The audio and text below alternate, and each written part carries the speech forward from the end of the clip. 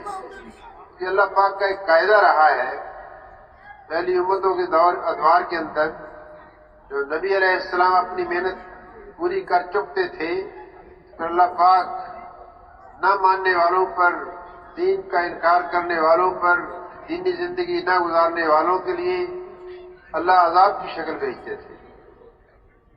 نوح علیہ السلام کی نافرمان قوم،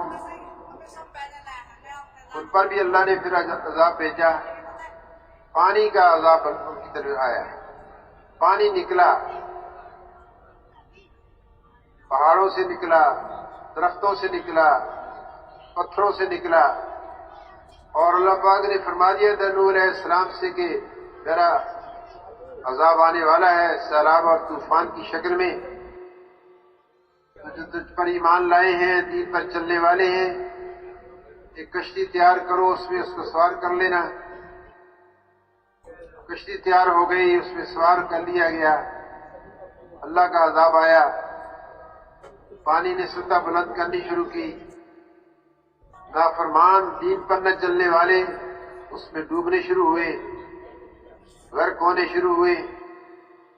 جیسے پانی کی سطح اٹھتی گئی، کشتی بھی اوپر اٹھتی گئی۔ نوح علیہ السلام کا بد نصیب بیٹا، وہ بھی دین پر چلنے سے انکاری ہوا۔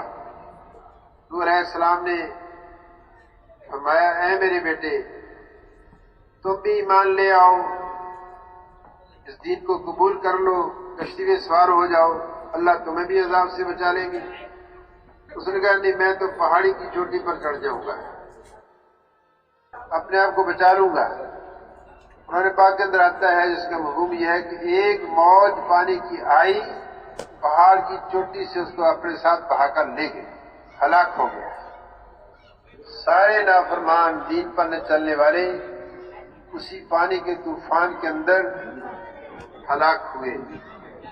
نوح علیہ السلام کی بیوی بھی بد نصیب تھی، اس نے بھی دین پر چلنے سے انکار کیا تھا، وہ بھی اسی سیلاب کے اندر ہلاک ہوئی۔ دوستو، جس نبی کا بھی قصہ اٹھا کر علیہ السلام کا آپ دیکھیں گے، ہود علیہ السلام کا قصہ، صالح علیہ السلام کا، ابراہیم علیہ السلام، لوط علیہ السلام، موسیٰ علیہ السلام، داؤد علیہ السلام، سلیمان علیہ السلام، جن نبیوں کے قصے قرآن پاک کے اندر آتے ہیں، سب کا خلاصہ یہی بنتا ہے، دین پر چلنے والوں کو اللہ نے بچا لیا اور دین پر نہ چلنے والوں کو اللہ نے ختم کر دیا۔ یہی معیار ہے آدم علیہ السلام سے لے کر قیامت تک آنے والے سارے انسانوں کو دنیا اور آخرت میں کامیاب کرنے کے لیے اللہ کے ہاں۔ دین پر چل کر گئے وہ کامیاب ہوئے، جو دین پر نہیں چل کر گئے وہ ناکام ہوئے۔ آئندہ بھی قیامت تک جو دین پر چل کر جائیں گے وہ کامیاب ہوں گے، جو دین پر نہیں چل کر جائیں گے وہ ناکام۔ اس لیے میرے بھائیوں، ہمارا جو اعلان کرنے والا بھائی اور متکلم بھائی بہت مضبوط بات کرتا ہے اور اس بات کے اندر بڑی جامعیت ہے اور اس کا بہت زبردست مفہوم ہے۔ کیا کہتا ہے؟ اگر عمومی گشت کی شکل میں متکلم بات کرتا ہے تو یہ کہتا ہے بھائی، میری اور آپ کی، دنیا بھر کے سارے انسانوں کی اصلی اور حقیقی کامیابی اللہ نے دین پر عمل کرنے میں رکھی۔ دین پر چلیں گے اللہ دنیا اور آخرت میں کامیاب کریں گے۔ دین زندگیوں کے اندر ایک محنت سے آتا ہے، اس محنت کے بارے میں آج مسجد میں نماز کے بعد بات ہو، پورے دین کی دعوت دیتا ہے۔ اللہ اکبر۔ اور یہ اتنا حسین جملہ ہے، اللہ کی طرف بلانا، دین پر عمل کرنے کے لیے بلانا۔ اللہ فرماتے ہیں جس کا مفہوم یہ ہے، سب سے خوبصورت بات، سب سے حسین بات، سب سے اعلیٰ بات، سب سے اونچی بات وہ ہے کہ لوگوں کو اللہ کی طرف بلانا ہے، اللہ کی طرف۔ اللہ کی طرف بلانے والی بات اتنی اونچی اور حسین ہے، اعلیٰ ہے، اس سے بڑھیا کوئی بول نہیں۔ تو دوستو اور بھائیوں، جناب رسول اللہ صلی اللہ علیہ وسلم جو دین مبارک لے کر آئے ہیں، اس دین پر ہر مسلمان کی زندگی آ جائے، سارے کراچی والوں کی زندگی آ جائے، سارے پاکستان والوں کی زندگی اس پر آ جائے، دنیا کے کسی کونے خطے کے اندر رہنے والا انسان مسلمان ہے، مرد ہے چاہے عورت ہے، بچہ ہے بوڑھا ہے، امیر ہے غریب ہے، بادشاہ ہے فقیر ہے، مسافر ہے مقیم ہے، صحت مند ہے بیمار ہے، ہر حال کا مسلمان اس مبارک زندگی کو اختیار کر لے جس کو جناب رسول اللہ صلی اللہ علیہ وسلم لے کر آئے، تاکہ دنیا میں بھی عزت اور کامیابی پالے اور مرنے کے بعد قبر اس کی جنت کا باغ بن جائے، اور حوض کوثر پر حضور صلی اللہ علیہ وسلم کے ہاتھوں سے اللہ پاک ان کو پانی نصیب فرما دے۔ اس بات کے لیے دوستو اور بھائیوں ہم اور آپ سارے جمع ہوئے، آپ آئے ہیں کراچی کے مختلف محلوں سے نکل کر، اب آپ کی نسبت جن جن شغلوں سے نکل کر آئے ہیں وہ نسبت نہیں ہے، اب تجارت کی نسبت سے یہاں نہیں، ملازمت کی نسبت سے یہاں نہیں، فیکٹری کا اونر ہوں، مالک ہوں، بڑی صنعت چلاتا ہوں، اس نسبت سے نہیں، دفتر کی بہت بڑی کرسی کا مالک ہوں، اس نسبت سے نہیں، اس وقت آپ سارے کے سارے اللہ اور اللہ کے رسول کے مہمان ہیں، آپ سب بہت خوش نصیب ہیں، آپ حضرات نے پہل کی ہے اس اجتماع پر آنے کی، پہل کرنے والوں کے بہت بڑے اللہ نے درجے رکھے ہیں، بڑے انعامات رکھے ہیں۔ ہمارے بزرگ ہیں وہ بار بار ایک بات فرماتے ہیں کہ جمعے کی نماز میں جو سب سے پہلے آتا ہے اس کو اونٹ قربان کرنے کا ثواب ملتا ہے، جو دوسرے نمبر پر آتا ہے اس کو بکری قربان کرنے کا ثواب ملتا ہے، جو تیسرے نمبر پر آتا ہے اس کو مرغی قربان کرنے کا ثواب ملتا ہے، اور جو چوتھے نمبر پر آتا ہے اس کو انڈا قربان کرنے کا ثواب ملتا ہے۔ تو دوستو اور بھائیوں، یہ جمعے کی نماز کے آنے والا، اہتمام کرنے والا، پہل کرنے والا، سبقت لینے والا، اس کو اللہ پاک اس انداز سے اس کا اعزاز و اکرام کرتے ہیں۔ تو آپ حضرات اس فکر کو لے کر آئے ہیں، وہ پیارا دین جس کو حضور اکرم صلی اللہ علیہ وسلم لے کر آئے، اور جس دین پر زندگی حضرات صحابہ رضی اللہ عنہم اجمعین نے گزاری، اللہ نے دنیا کے اندر ہی ان کے ساتھ اپنی رضا کا اللہ پاک نے اعلان فرما دیا۔ اس فکر کو لے کر آئے ہیں، سارے فرائض کو، ساری نمازوں کو، سارے دین کے شعبوں کو اللہ رب العزت دین کے اعتبار سے آپ یاد کرتے ہیں، اس فکر کو لے کر آپ آئے،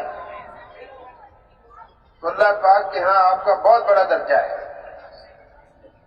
اب جو پہلے آ گئے ہیں وہ مہمان میزبان ہیں، بعد میں آنے والے ہمارے سب کے مہمان ہیں، تو پیار محبت کی ہم ایک فضا بنائیں۔ ماشاءاللہ چند سالوں سے آپ کا یہ جو اجتماع ہے، جو ہمارے لیے میدان اجتماع کے لیے بنا ہے، یہ ناکافی ہو جاتا ہے،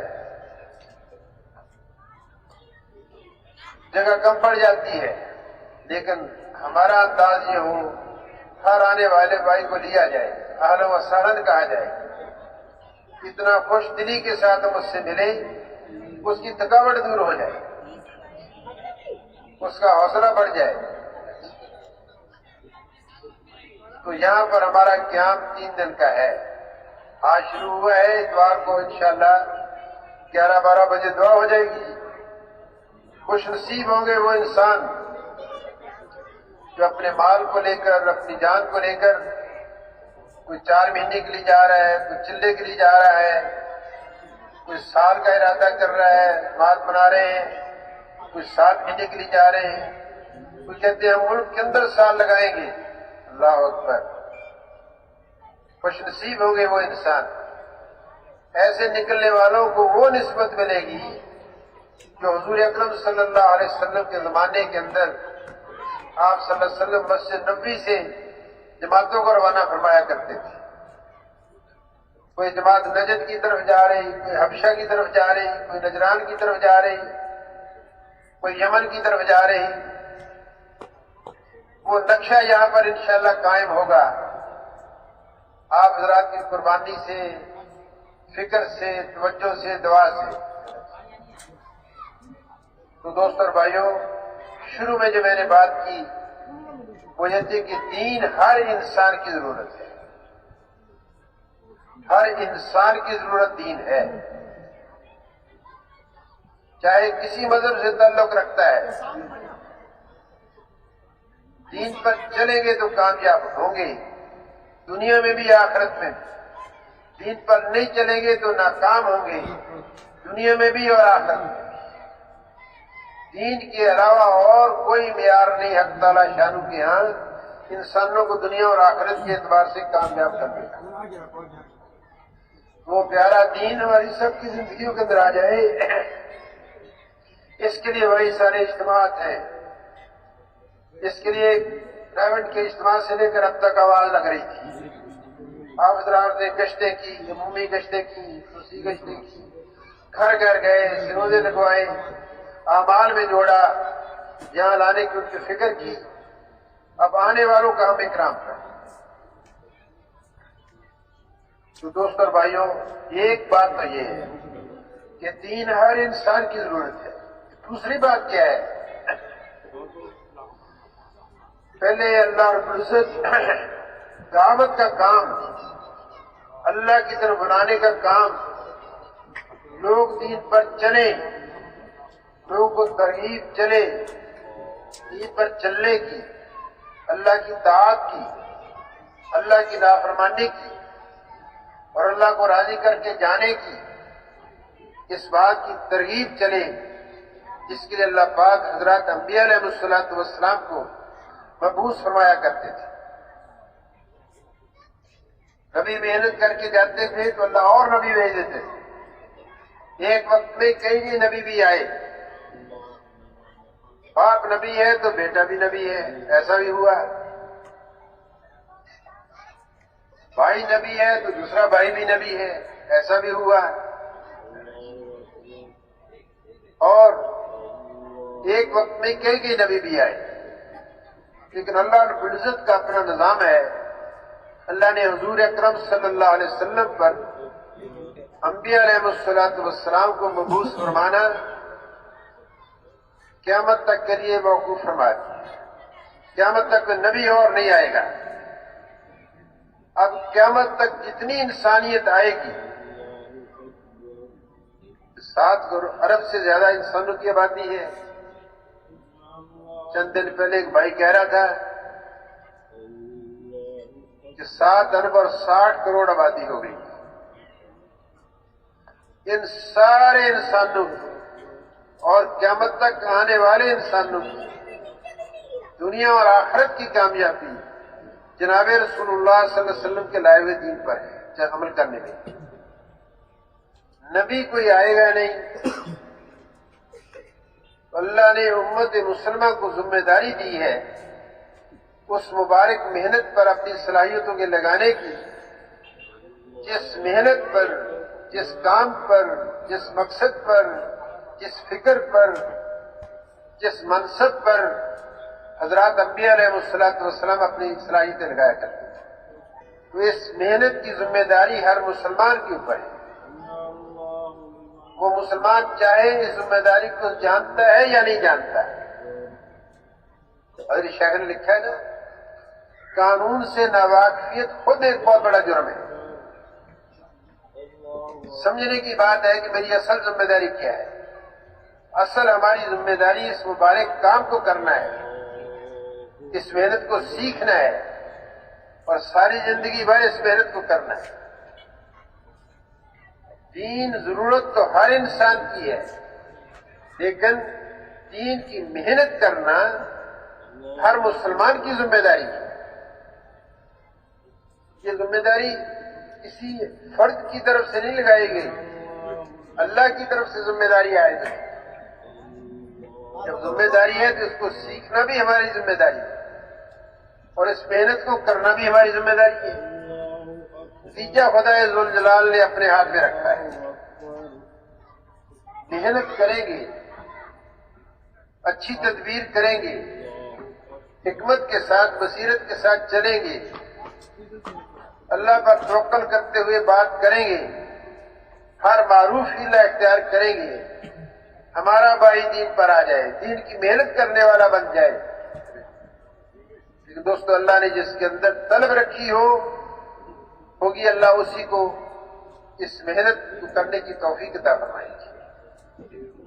تو اس محنت کو سیکھنے کے لیے ہم اور آپ جمع ہوئے ہیں، تاکہ جس محنت سے دینی زندگیاں وجود کے اندر آتی ہیں، آنکھوں میں حیا آتی ہے، زبان میں صداقت آتی ہے، ایمان میں نکھار آتا ہے، حلال حرام کی تمیز پیدا ہوتی ہے اور دین کی ہر شک پر عمل کرنا اللہ رب العزت آسان کرتے ہیں، اس محنت کو سیکھنے کے لیے ہم اور آپ جمع ہوئے۔ دو مقصود ہیں، ایک پورے کا پورا دین دنیا کے اندر زندہ ہو جائے اور دوسری وہ مبارک محنت جو ہماری ذمہ داری ہے ہر مسلمان کرنے والا بن جائے۔ اس کے لیے ہم اور آپ سارے جمع ہوئے۔ تو میری آپ بھائیوں سے درخواست ہے، آپ نے پہل فرمائی ہے، آپ پہلے آئے ہیں، آپ میزبان ہیں، آنے والا سارا مجمع مہمان ہے اور اللہ کے رسول کا مہمان ہے۔ اللہ اکبر۔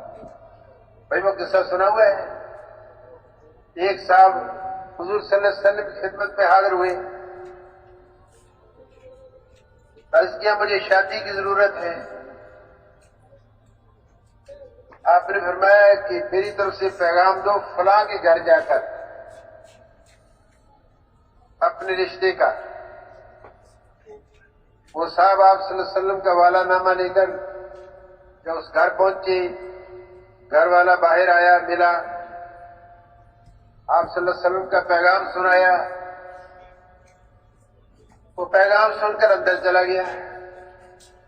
یہ جو پیغام لے کر جانے والا تھا، جس کو شادی کی حاجت تھی، وہ شکل کے اعتبار سے شکل ساری اللہ نے بنائی ہے اور حسن کا معیار بھی الگ الگ ہے۔ افریقہ میں ہم نے دیکھا کہ جن کے ہونٹ موٹے، جس کی ناک پھتی، رنگ سب سے گہرا کالا، اس کو سب سے حسین سمجھا جاتا ہے۔ تو اس کو دیکھے لڑکی کا باپ اور اپنی لڑکی کو بھی دیکھے، جوڑ بیٹھتا نظر نہیں آ رہا۔ دونوں میاں بیوی آپ سے مشورہ کر رہے ہیں۔ آپ صلی اللہ علیہ وسلم کا ایلچی آیا ہے، پیغام لے کر آیا۔ اس بچی نے بھی سن لیا کہ میرے والدین اس لیے فکر مند ہیں۔ اس بچی نے کہا کہ اپنے والدین سے، آپ کیوں سوچتے ہو کیسا ہے آنے والا؟ آپ یہ دیکھیں کس نے بھیجا ہے؟ یہ اللہ کے نبی محمد صلی اللہ علیہ وسلم نے بھیجا ہے۔ تو دوستو، ہم آنے والوں کو پہچانیں کہ اللہ کے مہمان آ رہے ہیں، اللہ کے رسول کے مہمان آئے ہیں۔ اللہ اکبر۔ اللہ فرمائیں گے آخرت میں، اللہ میں پیاسا تھا تو نے پیاسے پانی نہیں پلایا، میں بھوکا تھا مجھے کھلایا نہیں۔ اللہ تو نہ کھانے سے پاک، اللہ کو نہ کھانے کی ضرورت نہ پینے کی ضرورت۔ فرمایا جائے گا فلاں بھوکا تھا، اگر اس کو کھانا کھلایا تو جیسے تھے جیسے مجھے کھانا کھلایا۔ فلاں پیاسا تھا اس کو پانی پلا دیتے، ایسا ہی تھا جیسے مجھے پانی پلائے. تو دوستوں ایک موقع ملا ہے، اللہ نے ہمیں موقع دیا ہے آنے والوں کا ہمیں اکرام کریں. ہم خود مشقت والی جگہ پر ٹھہر جائیں، آنے والوں کو اچھی جگہ دیں اور باری باری رات گزار لیں. کریں گے سارے دوست. دوسری بات یہ ہے کہ جیسے آپ گھر بار کو چھوڑ کر آئے، کاروبار کو چھوڑ کر آئے، وہاں کا خیال بھی چھوڑ کر بیٹھے. یہ ایک مصیبت ہم سب کے ساتھ لگ گئی ہے. اللہ ہم سب کو نجات عطا فرما دے. اس سے ہم سارے پرہیز کریں، اس کو بند کر کے رکھیں. گھر کاروبار سے کٹے تو اس سے بھی کٹ جائیں، اور دنیا کی باتیں نہ یہاں کریں. اللہ کی باتیں کریں، نبیوں کی باتیں کریں، جنت کی باتیں کریں، قبر حشر کی باتیں کریں اور لوگوں کو تیار کریں اللہ کے راستے میں نکلنے کے. جب آدمی اللہ کے راستے میں نکلتا ہے، اللہ اکبر، اللہ پاک اس کے نکلتے ہی سارے گناہوں کو معاف فرمائے. تو ہماری محنت سے آیا تو اجتماع میں شرکت کے لیے ہے.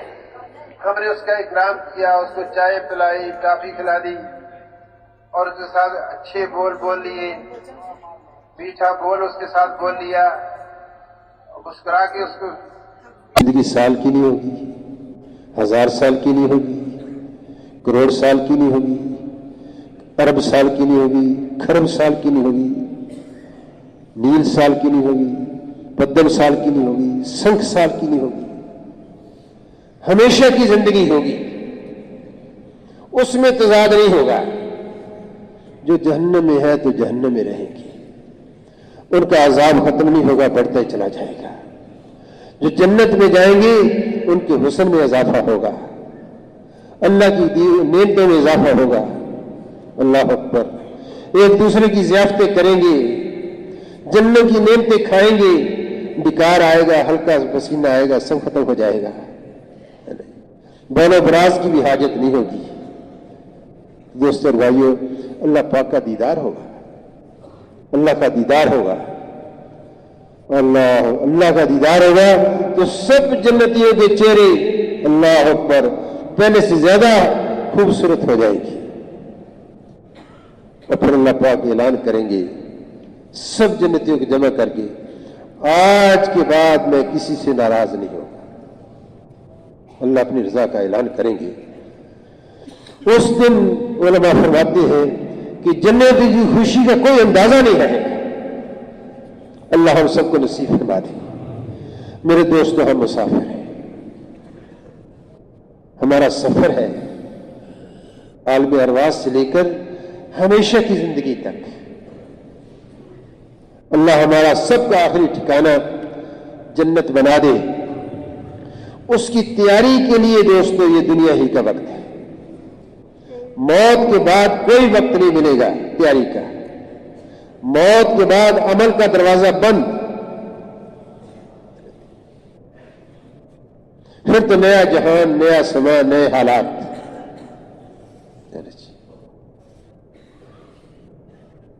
اللہ اکبر.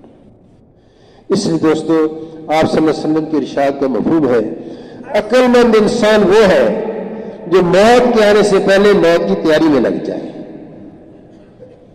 جو قبر میں جانے سے پہلے وہاں کی تیاری کے اندر لگ جائے.